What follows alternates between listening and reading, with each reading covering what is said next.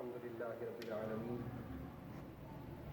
الصلاة والسلام على سيد الأنبياء والمرسلين أما بعد فأعوذ بالله من الشيطان الرجيم بسم الله الرحمن الرحيم قال الله تبارك وتعالى في الكلام المجيد والفرقان الحميد أحل الله البيع وحرم الربا وقال الله تبارك وتعالى في مقام آخر يا أيها الذين آمنوا اتقوا الله وذروا ما بقي من الربا إن كنتم مؤمنين صدق الله مولانا العظيم وصدق رسوله النبي الكريم ببركته إن الله وملائكته يصلون على النبي يا أيها الذين آمنوا صلوا عليه وسلموا تسليما بلند آواز سے پڑھیے السلام والسلام علیکہ یا سیدی یا رسول اللہ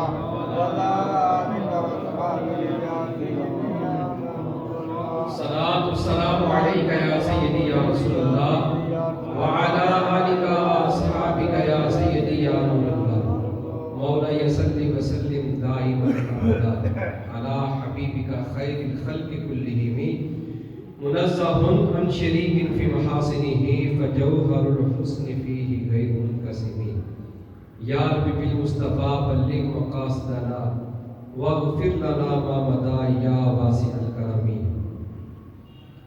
اللہ جل جلالہ وعم نوالہ وعظم ذکرہ واتم برہانہ واجل شانہ کی حمد و ثنا اور سرور کائنات مغفر موجودات زینت بزم کائنات قائد المرسلین خاتم النبیین احمد المجتبی جناب محمد مصطفیٰ صلی اللہ علیہ وآلہ وسلم کی بارگاہ میں حدیث و سلام عرض کرنے کے بعد رب عز و جل کی بارگاہ میں دعا ہے کہ مجھے حق سچ کہنے اور ہم سب کو سن کر عمل کرنے کی توفیق عطا فرمائے۔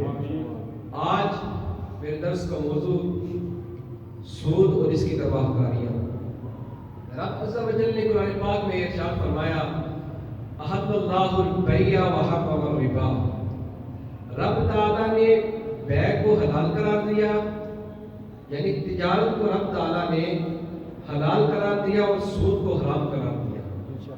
پھر رب عز و جل نے ایک اور مقام پر ارشاد فرمایا کہ یا ایھا الذین آمنوا اتقوا اللہ وَذَرُوا مَا بَقِیَ مِنَ الرِّبَا إِن كُنتُم مُّؤْمِنِینَ، اے ایمان والو، سب سے پہلی بات جو رب تعالیٰ نے ارشاد فرمائی کہ اے ایمان والو، اے وہ لوگ جو ایمان لے کر آئے، ایمان والو اللہ سے ڈرو، اللہ سے کیا کرو؟ ڈرو۔ وَذَرُوا مَا بَقِیَ مِنَ الرِّبَا، اور جو سود باقی رہ گیا ہے اس سے بچو، إِن كُنتُم مُّؤْمِنِینَ، اگر تم ایماندار ہو۔ یعنی رب تعالیٰ نے سود سے بچنے کا حکم ان کو دیا کہ جو لوگ ایمان لے کر آئے، فرمایا کہ اگر تم ایمان والے ہو، ایمان لے کر آئے ہو تو پھر تم کیا کرو؟ سود سے بچو۔ اور یہ حکم رب تعالیٰ نے صرف ایمان والوں کو دیا ہے۔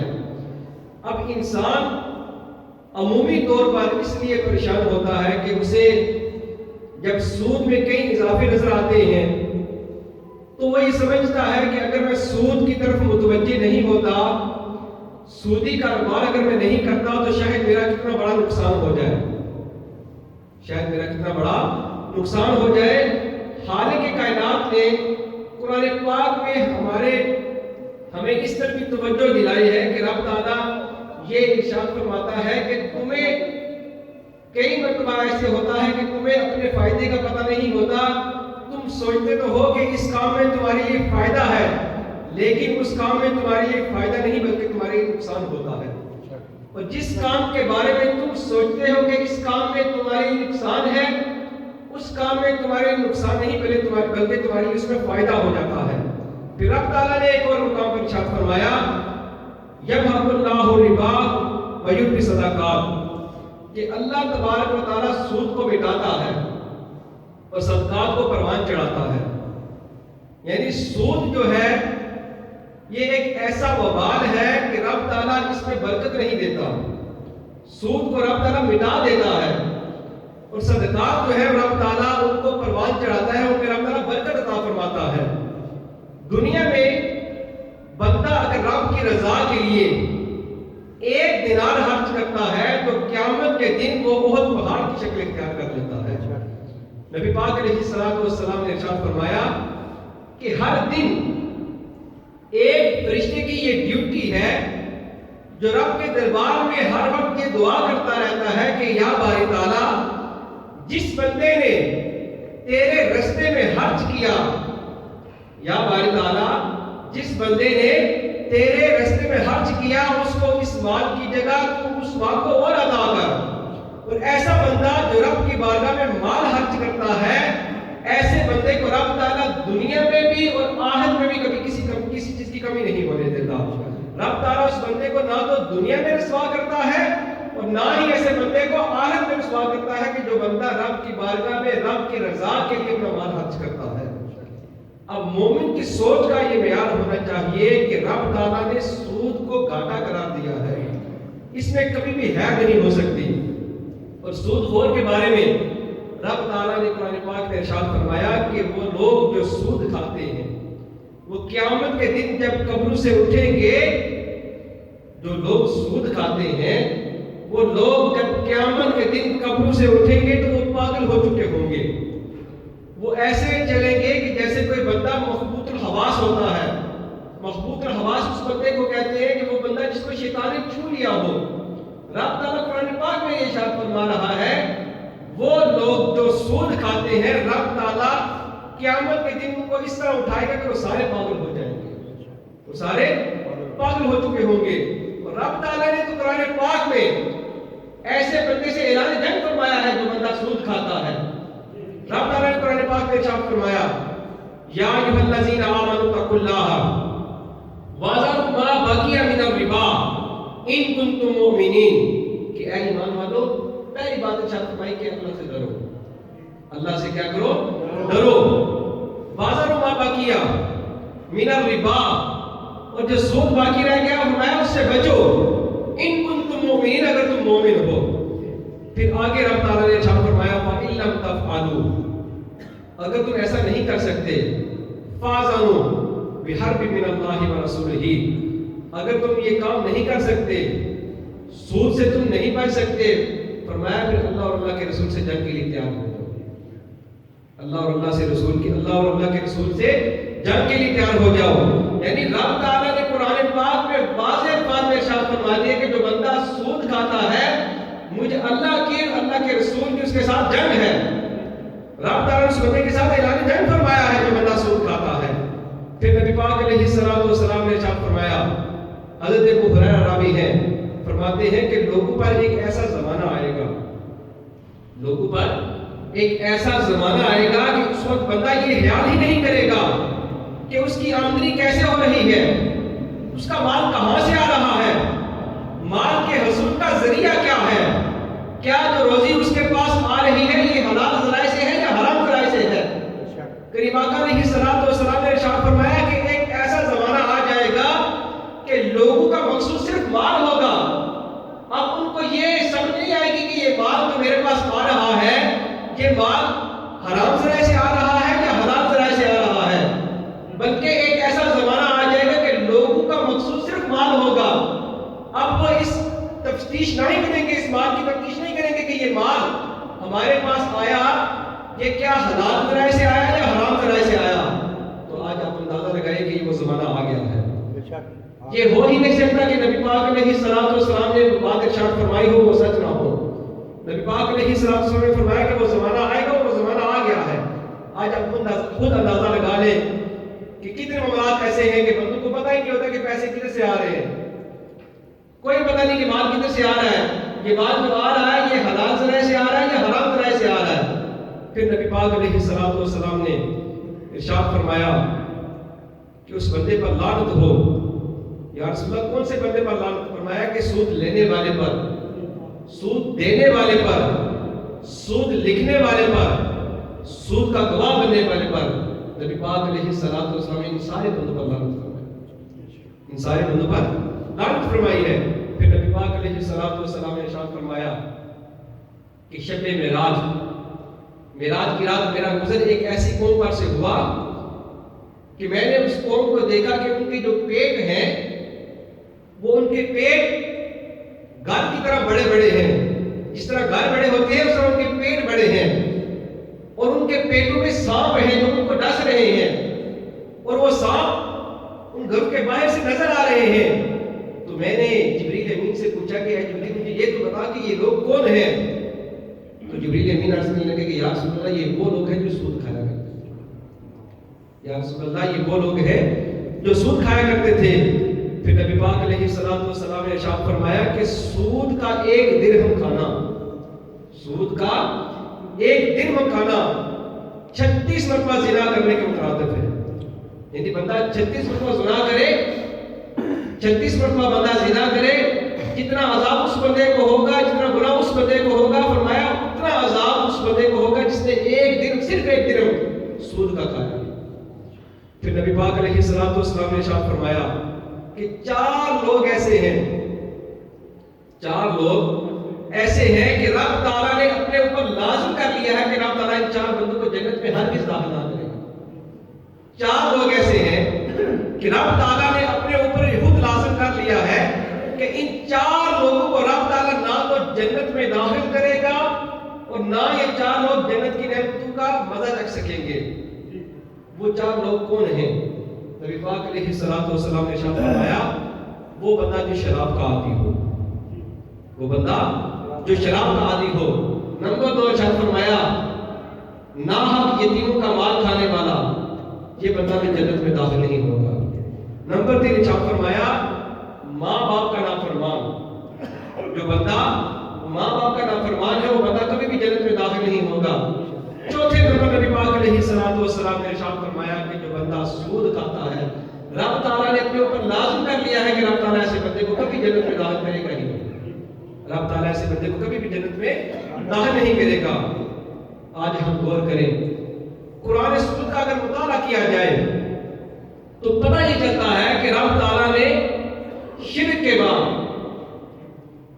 کے بعد رب تعالیٰ نے سب سے زیادہ جس گناہ کے بارے میں رب تعالیٰ نے فرمایا کہ یہ بہت بڑا گناہ ہے وہ سود ہے۔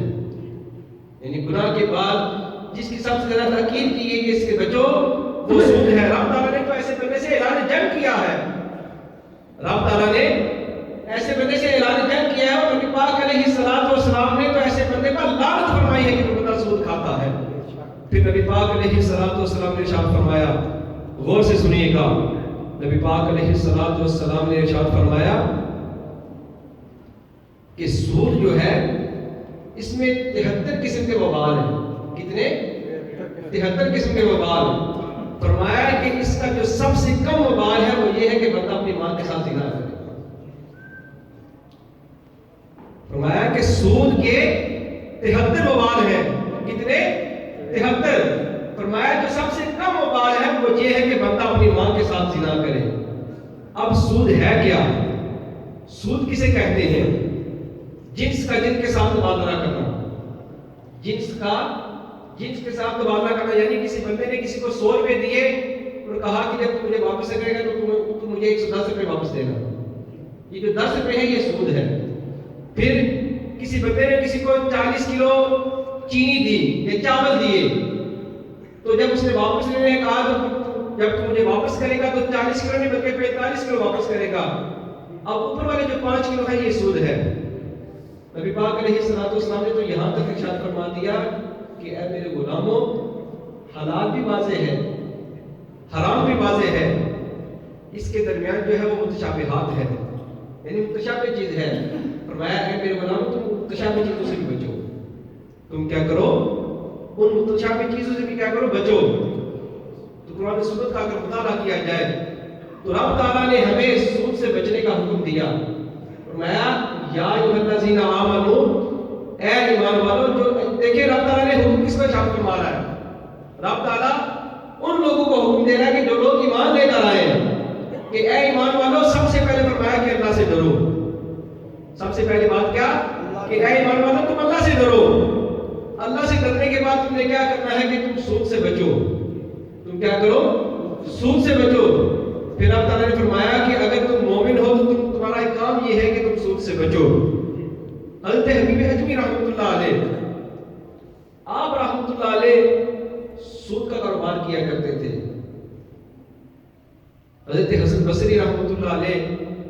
آپ کو جو ہے وہ اکثر منع کیا کرتے تھے کہ آپ اس طرح کا کام نہ کیا کریں. رب کی جو پکڑ ہے وہ بڑی سخت ہے.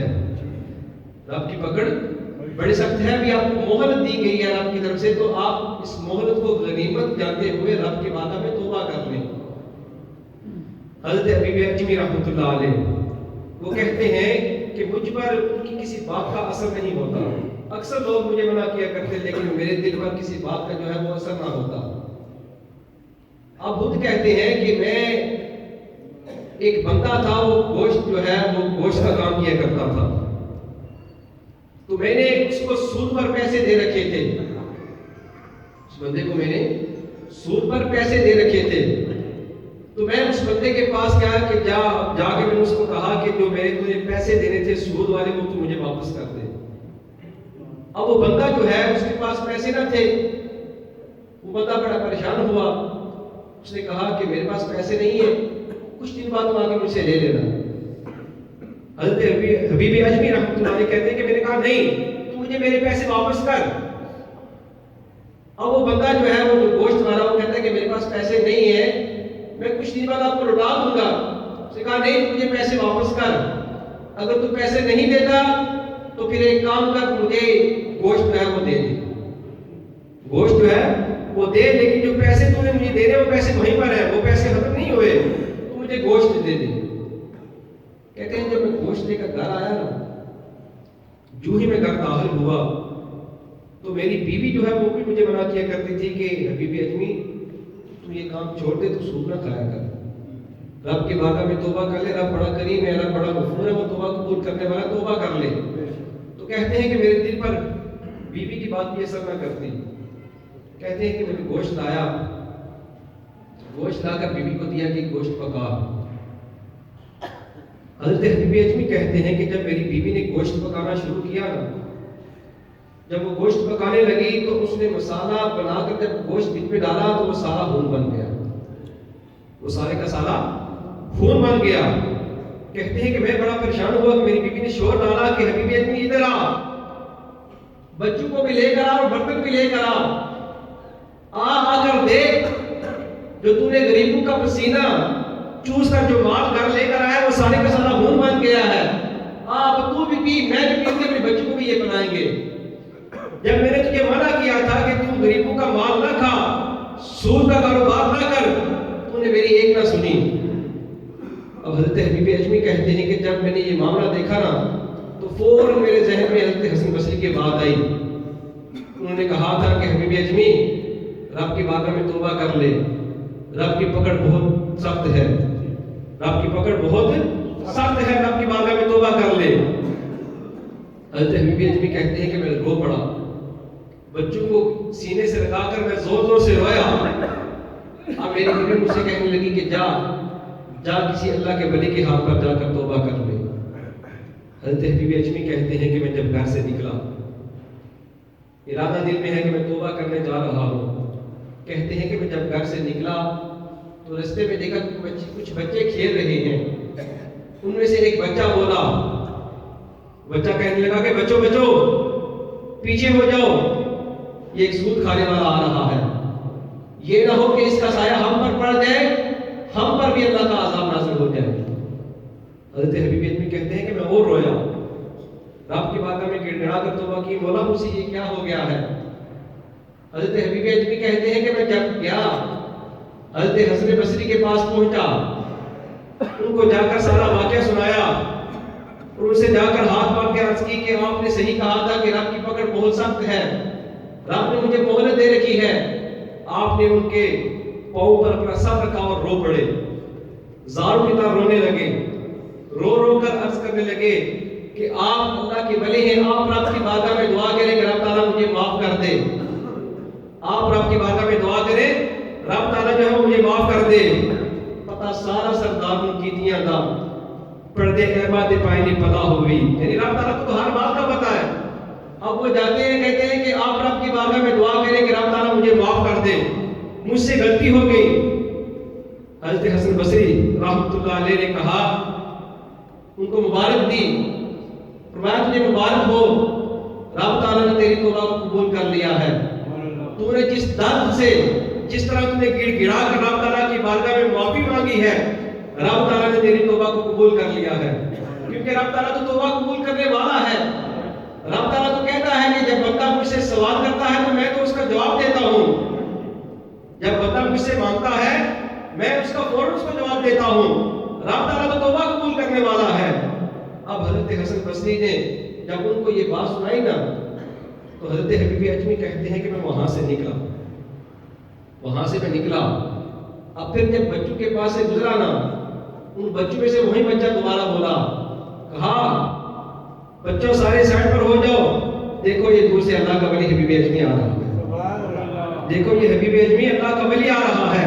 اب دیکھیے کہ سود کھا رہے تھے، سود کا کام کر رہے تھے، رب تعالیٰ نے مخلوق کے دل میں بھی ڈال دیا کہ یہ سود والا بندہ ہے، رب تعالیٰ نے مخلوق کے دل میں خود ڈال دیا کہ سود والے بندے کی کوئی اس کی قدر نہیں ہوتی، اس کی قیمت نہیں ہوتی۔ ان بچوں نے پہلے دیکھنے سے کہہ دیا کہ یہ جو ہے یہ سود کھانے والا ہے، اس سے بچو، کہیں یہ نہ ہو کہ اس کا وبال ہم پر آ جائے، یہ نہ ہو کہ اس کا وبال ہم پر آ جائے۔ اب جو ہی رب کی بارگاہ میں توبہ کی، اب وہ بچے تو کھیل رہے تھے، ان بچوں کو کیا پتا کہ انہوں نے جا کے توبہ کی یا نہیں کی۔ اب رب تعالیٰ کی ذات دیکھیں کہ رب تعالیٰ کی ذات جب بندہ کو توبہ کرتا ہے، رب تعالیٰ اس بندے کی محبت لوگوں کے دلوں میں ڈال دیتا ہے۔ اب توبہ انہوں نے کی حسن بصری کے پاس جا کر، توبہ کر کے جب باہر لوٹے تو بچوں نے کہا کہ دیکھو وہ حبیب اجمی اللہ کا ولی آ رہا ہے، وہ حبیب اجمی اللہ کا ولی آ رہا ہے۔ تو رب تعالیٰ نے قرآن پاک میں ارشاد فرمایا، یا ایھا الذین آمنوا اتقوا اللہ، اے ایمان والو اللہ سے ڈرو، اللہ سے ڈرو اور کیا کرو، سود چھوڑ دو، سود نہ کھاؤ۔ رب تعالیٰ نے فرمایا کہ جو بندہ سود کھاتا ہے میں اللہ اور اللہ کا رسول سے اعلان جنگ کرتا ہوں۔ اب کون ہے جو اللہ کے ساتھ لڑائی کرے؟ کوئی بندہ یہ طاقت رکھتا ہے کہ رب تعالیٰ کے ساتھ لڑائی کرے؟ اب کچھ بندے کہتے ہیں نا کہ ہم جی یہ جو سود کا مال ہے ہم اسے غریبوں کی مدد کرتے ہیں۔ او بھائی کبھی گندے پانی سے بھی وضو ہوتا ہے؟ کوئی بندہ کہے کہ میں گندے پانی سے وضو کر کے نماز پڑھوں، یہ ہو سکتا ہے کہ بندہ گندے پانی سے وضو کرے؟ 5 من دودھ ہے، 5 من دودھ ہے، اگر اس 5 من دودھ میں پیشاب کا ایک قطرہ گر جائے یا شراب کا ایک قطرہ گر جائے، وہ سارے کو ناپاک کر دیتا ہے، وہ سارے کو کیا کرتا ہے، ناپاک کر دیتا ہے۔ تو نبی پاک علیہ السلام نے فرمایا نا کہ جو بندہ سود کا 1 درہم کھاتا ہے، کتنا؟ صرف 1 درہم جس نے سود کا کھایا، فرمایا 36 مرتبہ زنا کرنے کو اتراتا ہے، 36 مرتبہ زنا کرنے کو اتراتا ہے۔ اور فرمایا کہ سود کے 73 وبال ہیں، سود کے کتنے؟ 73 وبال ہیں۔ سب سے کم وبال یہ ہے کہ وہ بندہ اپنی ماں کے ساتھ زنا کرے، بندہ اپنی ماں کے ساتھ کیا کرے؟ زنا کرے۔ رب تعالیٰ کی بارگاہ میں دعا ہے کہ رب تعالیٰ ہمیں جو درس و بیان ہو اس کو سن کر اس پر عمل کر کے دوسروں تک پہنچانے کی توفیق عطا فرمائے۔ سنت